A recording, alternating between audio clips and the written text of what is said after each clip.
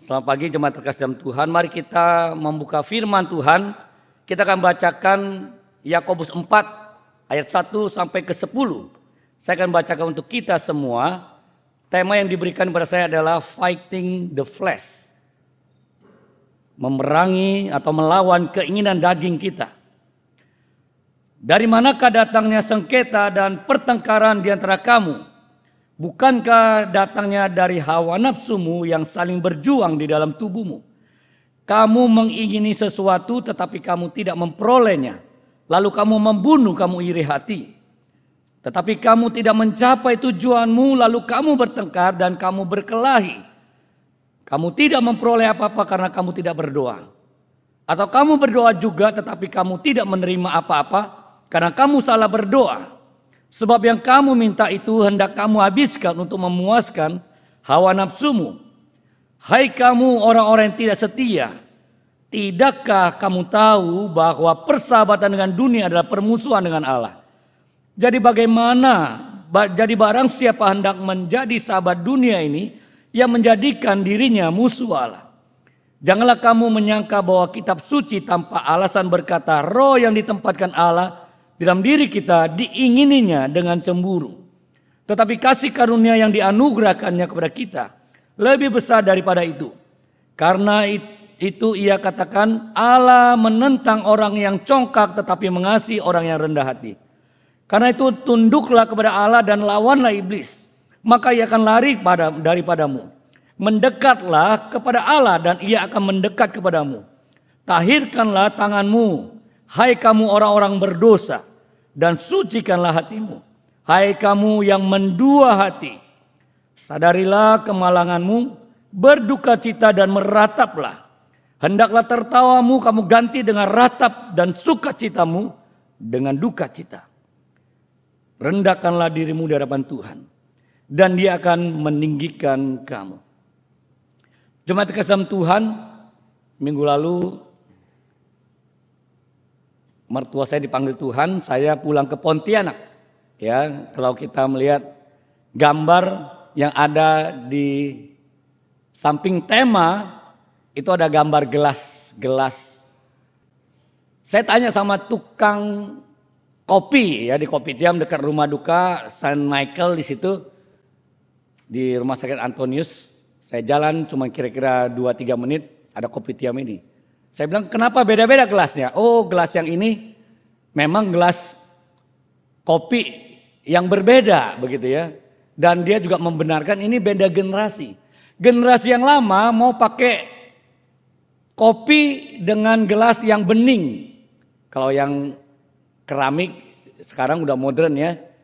Di hotel-hotel semuanya minum kopi pakai yang keramik, betul ya? Dulu waktu saya kecil di Pangkamerandan di kampung saya, satu kampung sama pendeta abadi, Kopitiam di tetangga saya itu kopinya pakai gelas yang ada di atas itu ya, di atas rak situ ada sebelah kanan yang kecil yang dia kayak bunga gitu, yang bawahnya kecil yang atasnya melebar, yang gak ada pegangannya. Itu semua kopi minumnya pakai gelas seperti itu, bening dan dia kayak mengembang ke atas. Saya bilang ini menarik juga ya. Kalau kita lihat alat musik yang tadi dimainkan beda dengan KU1 ya. Ini beda generasi di gereja. Di banyak gereja terjadi pergumulan malah menjadi pertengkaran. Gara-gara beda generasi, betul ya? Yang tua merasa anak muda ingin menguasai. Yang muda mengatakan saya ingin berkuasa, ini zaman saya. This is my age begitu ya. This is my time. Ini aku. Bersyukur GKY dalam transisi ini sudah melewati beberapa waktu yang sempat terjadi ketegangan. Kita gak mau GKY pecah gara-gara hal yang tidak prinsip. Memang Tuhan mau kita saling memahami. Yang generasi yang senior sudah memahami dan memberikan ruang kepada anak muda. Betul ya? Hari ini kita lihat, waduh semangat sekali ya. Beda sama 20 tahun lalu. Ini aja gak boleh muncul nih ya. Jangan 20 tahun lalu, 10 tahun lalu nih kelihatan sudah menjadi heboh di satu sinode. Bapak Ibu sekalian, Tapi yang muda harus ingat juga. Saya besuk satu jemaat yang umurnya 80-an. Dia bilang, Musa, saya di gereja kalau nyanyi, lagu-lagu yang pendek-pendek itu saya nggak bisa nyanyi.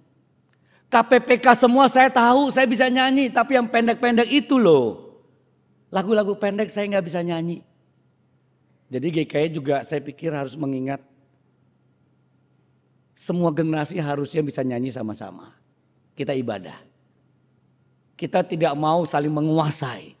Nah, konteks yang kita akan bahas hari ini adalah memerangi keinginan daging, bukan tentang keinginan saya mau makan, keinginan tubuh saya untuk sesuatu yang seksualitas, bukan. Tapi adalah keinginan daging untuk berkuasa. Keinginan daging yang saya ingin menjadi yang terbesar dari antara orang-orang sekitar saya. Dan konteks yang ditulis oleh Yakobus adalah di mana pemimpin-pemimpin gereja. Maka dikatakan jangan banyak yang mau jadi guru, karena ada guru-guru yang menggunakan lidahnya, menggunakan kata-katanya menyesatkan jemaat. Ada pemimpin-pemimpin yang mempengaruhi jemaat jadi terpecah. Yakobus menuliskan kepada gereja-gereja. Sampai hari ini kita sebagai gereja Tuhan harus hati-hati. Semua jemaat Tuhan hampir semua pernah memimpin. Kita merasa saya juga pemimpin. Tapi justru pemimpin yang lebih tinggi lebih berbahaya. Para pengajar, para pemimpin gereja waktu itu hampir pecah. Yakobus menuliskan surat ini. Sebelum kita bahas lebih mendetail, saya mau menyampaikan latar belakang siapa Yakobus ini yang menulis surat ini. Yakobus ini bukan anak Zebedius atau salah satu dari 12 murid, bukan. Ya, ini Yakobus saudara tiri Yesus Kristus, yaitu anak dari Maria dan Yusuf setelah Yesus dilahirkan. Ya, dia bertemu dengan Yesus secara khusus. Tadinya dia tidak percaya, salah satu tidak percaya otoritas Yesus, menganggap Yesus gila, menganggap Yesus kerasukan. Tapi akhirnya dia percaya pada Yesus Kristus adalah Tuhan. Yakobus ini adalah seorang tokoh yang menyelesaikan konflik gereja di Yerusalem, di mana ada orang Yahudi yang menjadi Kristen, ada orang non-Yahudi menjadi Kristen. Yang Yahudi mengatakan kamu jadi Kristen, kamu harus ikut Yahudi, harus disunat. Sebagai mengatakan enggak perlu, saya percaya Yesus, enggak perlu disunat. Nah, disinilah Yakobus memberikan teologi pandangannya sesuai firman Tuhan. Dan di situ kita lihat waktu perdebatan di sidang Yerusalem, Yakobus dan Petrus memaparkan apa yang menjadi prinsip firman Tuhan. Apa yang roh Tuhan ngomong dan firman Tuhan itu yang dibicarakan. Dan gereja akhirnya bisa berdamai. Yakobus dijuluki Yakobus kecil. Karena memang tubuhnya kecil di antara semua saudaranya. Dia dijuluki juga Yakobus bijaksana. Yakobus adil karena kebijaksanaannya dan keadilannya untuk mengambil keputusan-keputusan. Dan dia juga karena kekokohan imannya dia disebut Yakobus benteng gereja. Ya, benteng gereja untuk melindungi gereja. Di tengah-tengah iman dan kehidupan pelayanannya dan pergumulannya, dia dicatat kematiannya tidak mudah. Dia menjadi seorang martir dicatat oleh Eusebius, ditangkap melalui perintah imam besar Hanas yang juga waktu itu yang pernah mengadili Yesus Kristus waktu Yesus mau disalib. Karena waktu itu terjadi perpindahan kekuasaan gubernur Romawi, ditarik dan mau dikasih lagi gubernur yang menguasai Yerusalem, tapi belum datang. 2 bulan kosong itu Hanas mengambil kesempatan. Mengatakan gereja berkembang begitu pesat menjadi ancaman bagi agama Yahudi. Ya, Jews atau agama Yahudi kita harus bedakan sama Israel sekarang ya. Israel sekarang terdiri dari orang yang agama Jews atau Yahudi, tidak percaya Yesus Kristus sebagai juru selamat. Ada orang Kristen, ada orang Islam, ada Sai Baba, ada lagi banyak di situ semua. Itu Israel yang sekarang. Kalau dulu namanya Israel, mereka semuanya ya harus Yahudi. Iman mereka adalah iman kepada perjanjian lama, ada bait Allah. Yang tidak percaya pada bait Allah, yang tidak mengikuti peraturan Taurat sesuai tafsiran para ahli Taurat dan orang Farisi, mereka di bawah pemerintahan agama. Walaupun ada otoritas di atasnya yang menjajah, itu Romawi. Dan pada saat Hanas mempunyai kuasa 2 bulan itu, dia menangkap Yakobus. Dia menaruh di bubungan bait suci dan mengatakan, coba kamu jatuhkan, dan dijatuhkan. Mengutip apa Yesus alami, nanti malaikat akan menatang engkau. Yakobus dijatuhkan. Tulangnya patah. Cukup banyak patah, tapi dia belum mati. Waktu belum mati, Hanas menyuruh rajam dia. Waktu dirajam mirip Stefanus. Yakobus melihat langit terbuka, Yesus bertata di surga.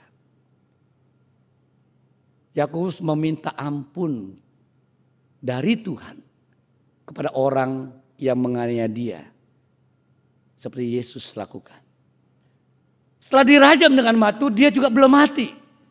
Ada petugas dari bait Allah, dari orang Yahudi itu ambil pentung, tongkat, menghancurkan kepalanya. Disitulah Yakobus mati, martir. Yakobus seperti inilah yang menuliskan surat Yakobus yang diwariskan sampai kepada kita. Ayat pertama dikatakan, dari manakah datangnya sengketa dan pertengkaran di antara kamu? Bukankah datangnya dari hawa nafsumu yang saling berjuang di dalam tubuhmu? Semestinya kita bukan lagi manusia lama. Kita hidup sebagai manusia baru, ciptaan di dalam Kristus, ciptaan baru. Kita jangan bilang lagi, saya manusia lama, makanya saya hidup seperti manusia lama. Bukan. Kita manusia baru tapi hidup dengan sifat manusia lama. Kita bukan lagi manusia lama. Kita sudah dipindahkan dari maut kepada hidup kekal. Dari gelap kepada terang. Tidak ada urusan lagi dengan manusia lama. Tetapi kebiasaan natur manusia lama itu masih mempengaruhi kita. Ada si jahat yang di luar. Kita yang di dalam tubuh yang masih dalam daging ini, yang lemah ini. Kita masih menaklukkan diri kita kepada kedagingan kita. Tidak mau dipimpin dan tidak mau ditaklukkan oleh pimpinan Roh Kudus yang dengan kasih, setia tinggal dalam hati kita dan memimpin kita. Kita mengeraskan hati kita, kita tidak mau dipimpin oleh Tuhan. Padahal sekali lagi kita adalah manusia baru. Roh Kudus sudah menjadi materai. Sampai kita ke surga, Roh Kudus bersaksi, inilah anak Tuhan. Aku tinggal di dalamnya sampai seumur hidupnya. Tapi kita mendukakan Roh Kudus di dalam hidup kita. Jemaat terkasih Tuhan, konteks ini para pemimpin gereja, mereka mengajarkan pengajaran sesat sebagai mempengaruhi. Mereka mau mencapai satu posisi yang lebih tinggi, lebih didengar, lebih bisa mempengaruhi. Bahkan di situ dikatakan mereka membunuh. Kalau kita membaca ayat yang kedua, kamu mengingini sesuatu tapi kamu tidak memperolehnya, lalu kamu membunuh. Kamu iri hati. Satu kata-kata yang langsung to the point. Kalau kita anggaplah ini sesuai dengan ajaran Yesus. Kalau kamu membenci saudaramu, kamu sudah membunuh. Itu pun sudah sadis. Itu pun mestinya tidak terjadi kita sebagai anak Tuhan. Manusia baru. Tetapi dalam catatan sejarah pernah terjadi. Membunuh secara fisik.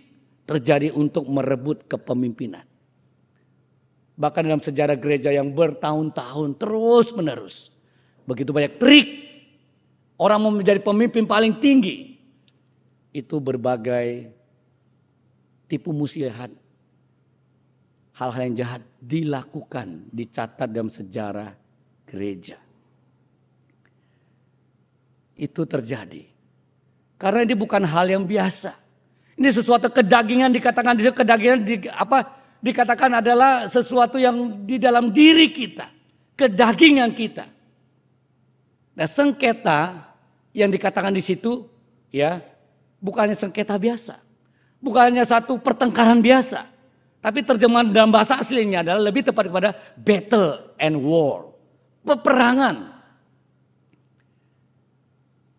Alexander Agung mengatakan setiap generasi terjadi perang. Waktu perang orang ketakutan, waktu perang diintimidasi. Tapi mereka yang kalah, mereka dikuasai, mereka juga ingin menang, ingin berkuasa. Waktu mereka bisa menang, mereka menguasai, kalau kalah mereka mati. Peperangan selalu menakutkan. Apa yang didapat oleh peperangan? Penderitaan. Tapi generasi demi generasi terus berperang. Betul nggak? Bahkan ada penulis buku mengatakan setiap generasi ada perangnya. Kita tahu perang itu tidak menyelesaikan masalah, tapi orang tidak mau diancam, tapi orang mau mengancam orang lain. Kita kadang abad 21 perang itu tidak relevan lagi. Tapi kita hidup di abad 21. Hari ini peperangan terjadi. Amerika mengatakan kalau Rusia berhenti, baru stop perang. Kalau kita berhenti sekarang, berarti Ukraina yang sudah stop, hilang. Sisi lain Putin mengatakan Ukraina dan saya dan Rusia adalah satu. Nggak boleh ada ikut campur, hati-hati kira-kira begitu. Dan peperangan terus terjadi sampai hari ini. Di Timur Tengah peperangan terus terjadi, makin meluas, makin luas. Peperangan mendatangkan penderitaan.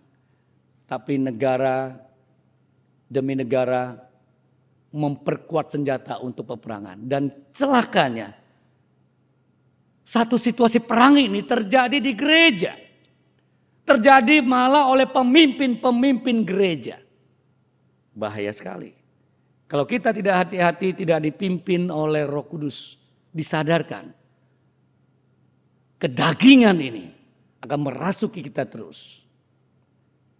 Peperangan membuat banyak orang menderita. Bahkan dalam sejarah dicatat lebih dari 3 miliar orang mati akibat perang. Baik di medan perang ataupun akibat perang. 3 miliar orang mati gara-gara perang. Perang di gereja sudah mengakibatkan berapa banyak jemaat Tuhan terluka. Banyak terjadi. Di gereja tempat saya melayani ada beberapa aktivis dulunya begitu aktif. Mantan majelis. Terluka oleh temannya, sesama majelis yang sangat aktif. Kita rindu ya orang pindah gereja karena dia bertumbuh. Dia melayani di kota lain. Dia pindah kemana untuk dipakai Tuhan lebih. Karena kita bina dia dipakai, kita harusnya bersyukur. Tapi kalau karena disakiti. Karena perbedaan pendapat. Karena disudutkan. Karena dikucilkan. Hati teriris, sakit hati dan dia pergi. Itu kita sangat sedih sekali. Dan itu dilakukan dan dialami oleh orang-orang yang sangat aktif. Kata hawa nafsumu yang ditulis oleh Yakobus ini adalah kata dasarnya hedon. Hedon ini adalah satu ajaran yang kita kenal hedonisme. Yang dipopulerkan oleh Epikuros. Mereka pengikutnya menamai Epikurean. Mereka tidak mau percaya ada sesuatu yang rohani. Jangan percaya ada Tuhan atau dewa-dewa lain yang berkuasa di atasmu. Kamu dewa atas dirimu sendiri. Jangan percaya ada kehidupan setelah kematian. Hidup ini kamu nikmati, kamu kejar. Jangan kamu sampai menderita. Hiburlah dirimu. Carilah satu kesukaan seumur hidupmu. Puaskanlah tubuhmu. Hindari penderitaan. Itu adalah ajaran prinsip-prinsip dari Epikurean. Dan kalimat ini atau konteks inilah dikatakan hawa nafsu kedagingan. Yang Yakobus katakan orang-orang yang ingin memuaskan dirinya. Peperangan terjadi dalam tubuh ini. Tubuh yang harusnya dipakai untuk memuliakan Tuhan. Tidak salah keinginan kita. Tidak salah ambisi kita, tapi ambisi dan keinginan harus sesuai dengan kehendak Tuhan dan firman Tuhan. Tapi orang-orang di gereja Yerusalem ini yang dituliskan melalui Yakobus ini mereka, keinginan tubuh mereka, hedon mereka adalah menjadi yang lebih besar. menjadi penguasa, mau menaklukkan orang lain, mau menghabisi orang lain. Itu yang diwaspadai.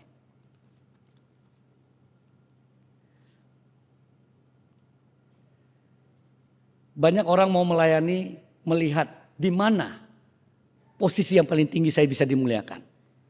Di mana saya bisa bersinar seperti artis.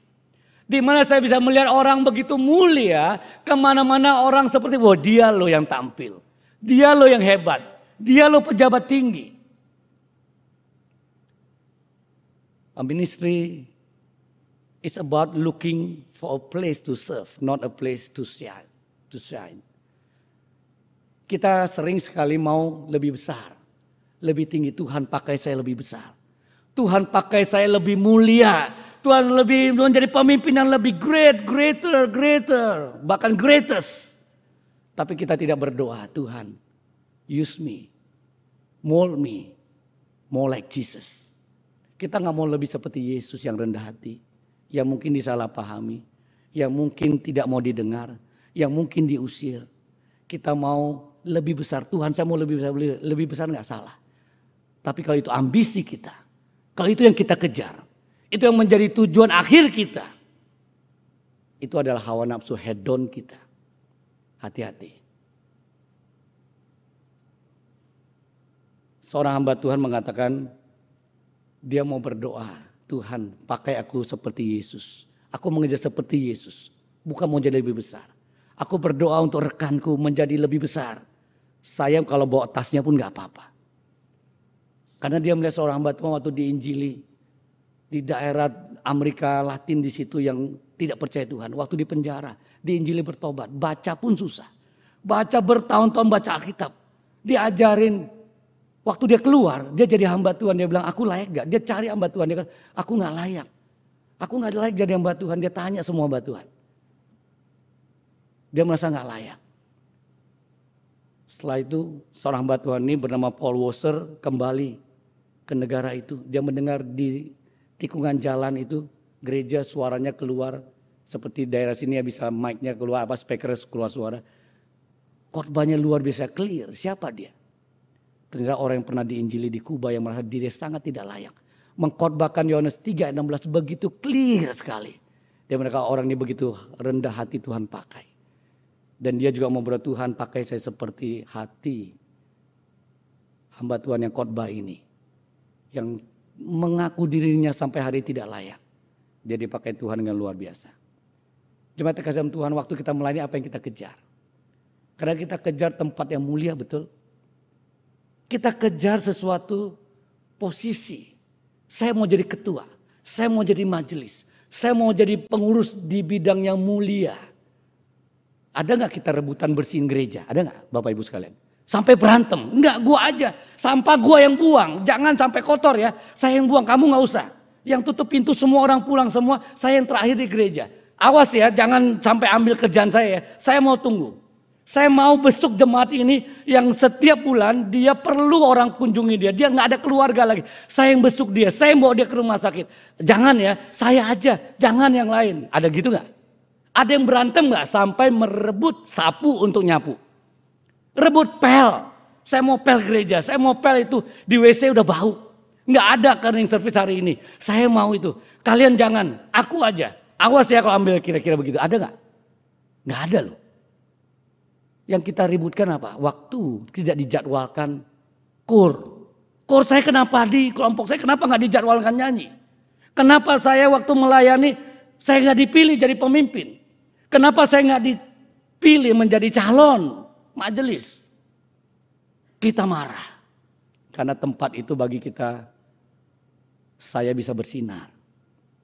Bukan di mana saya tempat melayani lebih rendah hati, lebih punya hati yang melayani. Heran ya, Tuhan mengingatkan kita melayani dengan rendah hati seperti Yesus. Kedagingan kita mau saya sendiri yang besar. Saya mau menjadi pemimpin yang bisa mengatur banyak orang. Saya mau menjadi pemimpin yang betul-betul dipakai Tuhan lebih besar. Tapi sifatnya tidak seperti Yesus.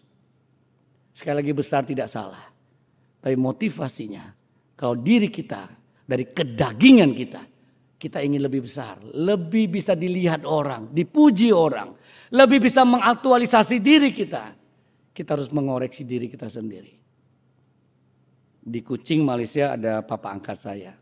Dia guru di sekolah biasa. Udah umur 70 lebih. Waktu dia umur 50-an dia pernah KKR bertobat. Bukan bertobat ya, KKR dia angkat tangan. Saya mau diutus jadi misionari, dia angkat tangan suami istri. Setelah berapa tahun kemudian gerejanya mengadakan mission trip ke Kalimantan Singkawang. Dia pergi 1 tahun. Menjadi guru bahasa Mandarin sambil menginjili di Kopisan di Singkawang. 1 tahun tinggal meninggalkan pekerjaannya, cuti 1 tahun.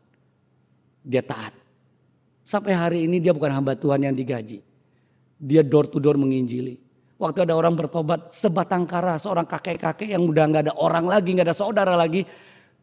Setiap minggu, setiap waktu orang yang sebatang kara yang sakit, sekarang sakit kanker paru-paru. Dia antar. Dia umur 70 lebih, udah mulai lemah. Masih bisa nyetir. Semua jadwal berobat orang ini dia layani. Dia bilang dia sudah jadwalkan 1 tahun. Antar orang yang sakit ini ke dokter untuk cek kesehatan. Bapak Ibu sekarang, ada gak jemaat Tuhan yang berebut biar aku yang melayani orang seperti ini setahun. Jadwalku aku kasih dia. Dokter perlu merawat dia, saya perlu mengantar dia, saya mau. Apa yang dia butuhkan, Tuhan pakai saya. Gak ada loh. Banyak orang menghindar. Bahkan ada hamba Tuhan yang bisa menghindar. Kalau repot. Kalau susah. Kalau melayani terus-menerus orang yang susah begini, kalau bisa jangan saya. Bapak sekalian, apa yang kita cari dalam pelayanan? Apa kita sungguh-sungguh melayani dengan hati kita? Atau kita sungguh mau mencari apa yang menjadi kesenangan kita? Jabatan yang bisa kita dapatkan. Bapak Ibu, kalau dikatakan orang mendapat jabatan, bisa nggak mereka mendapatkan tanpa berdoa? Bisa. Ada yang Tuhan nggak kasih, ada yang Tuhan izinkan. Mungkinkah sekarang yang Bapak Ibu menjabat sebagai pemimpin misalnya, adalah karena keinginan diri sendiri, keinginan daging dan berkuasa, baik menjadi pemimpin, ketua bidang, sub bidang ataupun majelis. Mungkin saja Tuhan izinkan. Makanya terjadi perpecahan gereja, Tuhan menegur melalui firman-Nya. Bisa nggak saya mau mengambil jabatan dengan kemampuan saya sendiri? Bisa. Dengan cara saya sendiri, dengan politikal. Dengan cara-cara politik bisa nggak? Bisa. Kalau Tuhan izinkan itu, kita harus introspeksi diri, bertobat. Tuhan, saya motivasi dari dulu mau ngejar jabatan. Sekarang saya dapatkan, ampuni saya. Kalau saya masih dengan motivasi salah ini.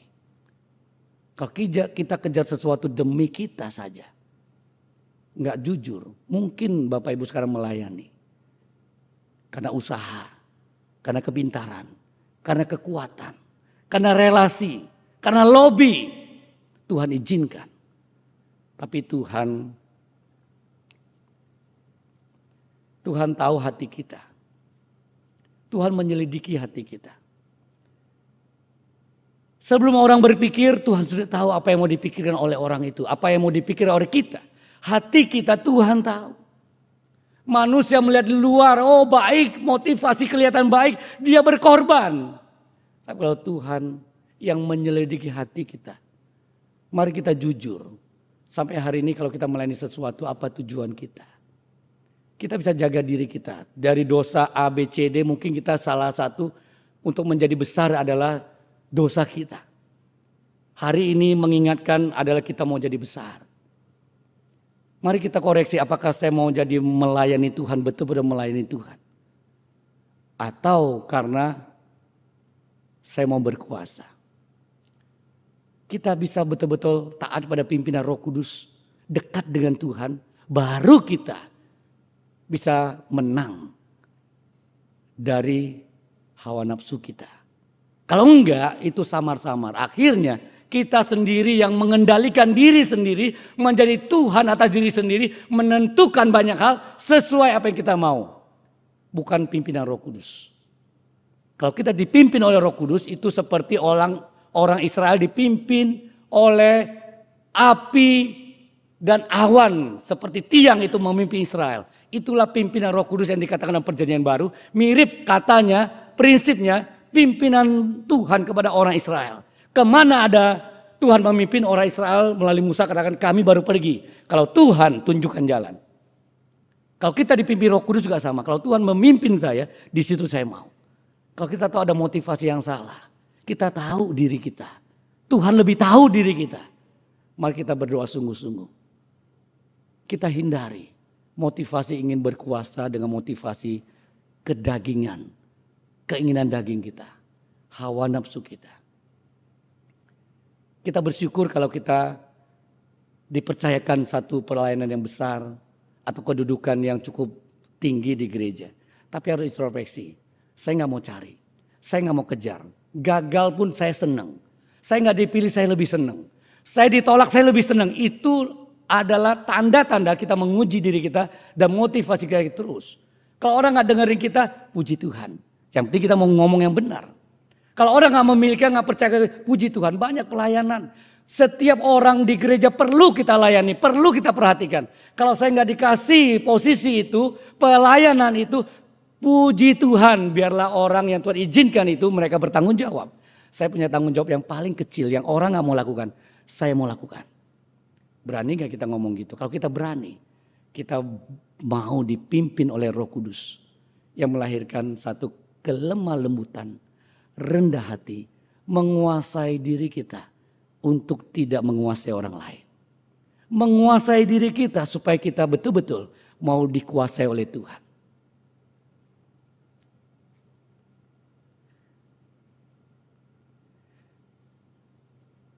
Tuhan seperti apa yang kita layani? Kita punya Tuhan Yesus Kristus yang memberikan segala-galanya.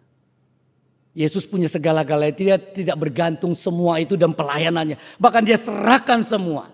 Dia ditolak, dia tidak didengar, dia dikhianati, dia ditinggal, dia diusir.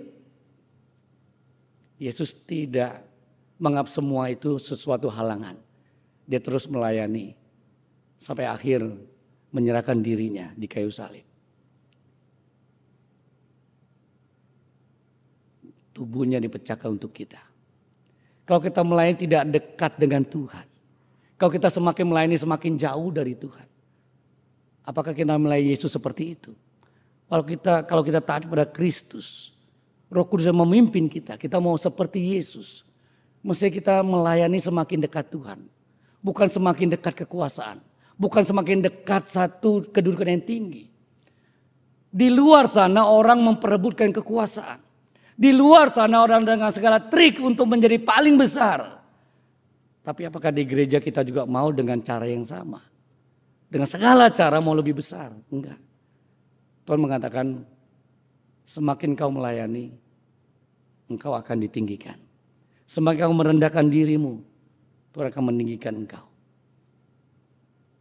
Tapi celakanya yang kita kejar adalah bukan kerendahan hati, bukan melayani Kristus, tapi melayani keinginan daging kita. Melayani apa yang kita ambisi. Saya mau jadi ini, saya mau jadi itu. Saya mau kerjain ini, saya mau kerjain itu. Tapi kita gak mau bilang, saya mau kejar seperti Yesus. Paulus waktu dia mengatakan, aku mengejar, aku berlari, mengejar, mengarahkan pandanganku ke depan. Aku melupakan belakangku, menganggap semua sampah, prestasi dia, status dia. Dia aktif mau hidup dalam kebangkitan Yesus. Kebangkitan Yesus menguatkan dia untuk hidup di dalam kebangkitan dari dosa itu, kebangkitan kuasa itu. Tapi dia katakan, aku mau mengenal dia di dalam penderitaannya, di dalam kematiannya, aku mau serupa Yesus. Hidup dalam kebangkitan itu now. Tapi melihat pada kematian dan penderitaan Yesus, dia kejar mau seperti itu. Mau disamakan dengan penderitaan dan kematian Yesus. Tapi semangat kebangkitan. Harusnya kita seperti itu. Mengejar bukan untuk kita, tapi saya untuk seperti Yesus. Aktif kita bukan untuk sesuatu benefit yang mengumpulkan sesuatu. Ini loh aku hebat. Bukan. Aktif kita adalah untuk memenangkan jiwa dan memuliakan Kristus yang sudah memberikan hidupnya bagi kita. Bapak Ibu pernah nonton film ini? Lagi viral ya berapa minggu lalu ya. Siapa yang nonton? Angkat tangan? Nggak banyak ya. Padahal ini film Chinese. Ya, dengan latar belakang bahasa kayaknya campuran ya. Pertama dengar dari orang, wah bagus. Saya nonton sama istri sama anak paling besar. Anak kedua udah nonton sama temennya. Dia bilang saya bilang apa yang kamu pelajari sebelum saya nonton, dia nonton duluan ya yang kedua, yang cewek. Dia bilang filmnya itu kayak ama. Kenapa? Iya semua barang lama masih disimpan katanya. Itu mama juga sama, itu mami juga sama katanya. Ternyata sama juga katanya ya. Anak ketiga juga ajak temennya nonton masih kelas 5 SD. Saya bilang apa yang kamu pelajari setelah nonton? Dia bilang don't focus on the money. Tapi relasinya. Ya setelah saya nonton ini saya juga lihat wah ini kisah seorang nenek punya 3 anak. Ya, 1 anak paling besar kaya lah ya sukses. Kedua anaknya ya biasa-biasa aja. Dekat dengan mamanya mau melayani mamanya. Yang ketiga anak yang bohau gitu ya. Terlibat utang, curi uang mamanya. Kalau datang pasti minta uang mamanya. Ya pasti nggak beres hidupnya ya. 3 anak. Ada 1 cucunya ini yang males maunya main game, nggak hormat orang tua, cuek aja. Dia dengar, cucunya ini dengar sepupunya dapat warisan rumah yang besar karena jaga kakeknya dengan baik-baik sebelum meninggal. Dia dengar neneknya udah mau mati. Sepupu saya dapat warisan besar, rumah besar. Dia bilang gimana caranya saya mau kaya ya dapat kedudukan menjadi cucu yang terhormat. Dia layani neneknya. Dengan segala cara dia yang males, apapun disuruh males, sekarang tiba-tiba rajin. Tiba-tiba melayani neneknya, tiba-tiba gak takut bau, tiba-tiba gak takut kotor. Kemanapun neneknya pergi dia coba layani. Aku mau demi uang, demi nanti warisan, demi nanti dia lakukan semua untuk mendapat warisan neneknya. Setelah neneknya mati, ternyata rumahnya gak diwarisin ke dia. Dia sedih sekali. Ini nenek nih gak tahu diri ya. Gua udah baik-baik jaga, gak ada tuh dikasih kayak sepupu saya dapat warisan rumah besar. Gak dikasih apa-apa. Malah dikasih ke siapa? Yang rebut orang yang anak yang paling kaya mau rebut hati mamanya juga mamanya tahu. Gak dikasih. Yang kedua juga dicurigai kamu mah cuti untuk dekat mama mau ambil hati mama ya. Gak dikasih juga. Yang dikasih siapa warisan itu? Anak yang paling tidak berhasil. Yang curi uang mamanya. Curi loh. Yang punya hutang. Yang tidak mau kerja baik-baik. Yang pengangguran. Warisan rumah itu. Buat anak yang paling kecil itu yang tidak berguna tanda kutip. Keluarga semua sedih, putus asa. Yang senang adalah, hore, saya dapat warisan gitu kira-kira ya. Saya pikir-pikir, ini mirip kita orang Kristen. Kadang-kadang kita mau melayani Tuhan, kejar sesuatu yang sementara. Jabatan, kuasa, mungkin bisa dapat uang. Kalau saya menjabat sesuatu, nanti bisa ada relasi. Yang kita kejar adalah warisan-warisan yang sementara. Kisah akhir film ini adalah cucunya. Ternyata waktu ini sedihnya cuma di sini. Saya jadi lihat film itu ya nggak nangis. Terakhir cuma sedihnya ini. Setelah ingat juga mau nangis. Waktu cucu mengantar mau dikubur, dia baru ingat. Setelah dia ditelepon oleh bank, ternyata dia punya tabungan yang begitu besar. Neneknya sejak kecil, waktu dia masih hidup, neneknya udah sediain. Udah diberikan tabungan, sejak kecil ditabung uang neneknya itu jualan kayak kue begitu atau apa gitu, bubur gitu ya. Uang ditabung untuk cucunya ini. Cucunya gak tahu. Sudah dikasih semua. Waktu dia masih hidup, amannya sediakan bagi dia. Dia gak sadar. Masih dengan motivasi salah untuk mendapatkan itu. Yesus waktu dia di dunia ini, dia mempersiapkan harta, dalam 2 Timotius dikatakan harta deposito. Istilah deposito itu digunakan oleh Timotius mengatakan Injil itu. Kabar baik, keselamatan, deposito yang Tuhan berikan kepada kita. Sudah diberikan, Yesus sudah memberikan, mempersiapkan. Sampai kekekalan kita diberikan. Hidup kekal itu. Dari hidup sekarang sampai kita ke surga. Semua sudah dijamin oleh Tuhan. Apa yang kita kurang lagi tapi kita rebut. Kita mau raih hal-hal sementara. Kita merasa nggak ada, kita nggak dapatkan sesuatu. Kita merasa Tuhan apa yang berharga aku dapat. Kita masih mau rebut kuasa. Kita masih mau merebut sesuatu yang fana ini. Saya pikir banyak anak Tuhan begitu berjuang, mati-matian. Sampai mereka bertengkar, berperang di gereja. Sampai nama baik juga tidak dipedulikan. Nangis air mata. Tapi sementara mereka sudah lewati hari. Pikir-pikir apa yang mereka dapat nggak ada juga. Kasihan. Mari kita juga pikir apa yang kita ributkan hari ini. Kalau itu kebenaran. Kalau itu firman Tuhan. Kalau itu prinsip-prinsip yang kekal yang harus kita perjuangkan. Kita harus perjuangkan dengan benar. Dengan terus tidak menyerah. Tapi kalau kita perjuangkan hanya keinginan daging kita. Posisi, jabatan, nama baik, kedudukan. Pelayanan-pelayanan yang kita anggap mulia. Kita melupakan harta terpendam deposito yang sangat berharga yang sudah kita dapatkan. Yang sudah kita warisi. Yang sudah kita hidupi hidup sekarang sampai kita bertemu dengan Tuhan. Harusnya kita menghidupi dengan satu sikap seperti itu. Saya dulu sudah dapat segala-galanya. Yang sekarang ini pujian manusia itu tidak ada sebanding dengan kemuliaan yang Tuhan Yesus akan nyatakan kepada kita. Glorification yang Tuhan Yesus akan nyatakan juga. Itu terlalu mulia dibanding dengan pujian manusia yang kita rebutkan, kita ributkan hari ini. Bela gereja Tuhan sadar, kita semua sadar.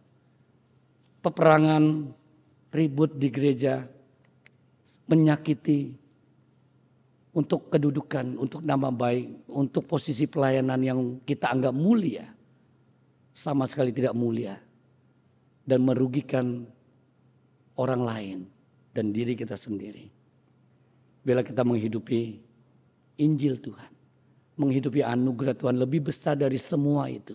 Lebih besar daripada sikap kita yang berdosa. Anugerah Tuhan cukup bagi kita untuk bertobat.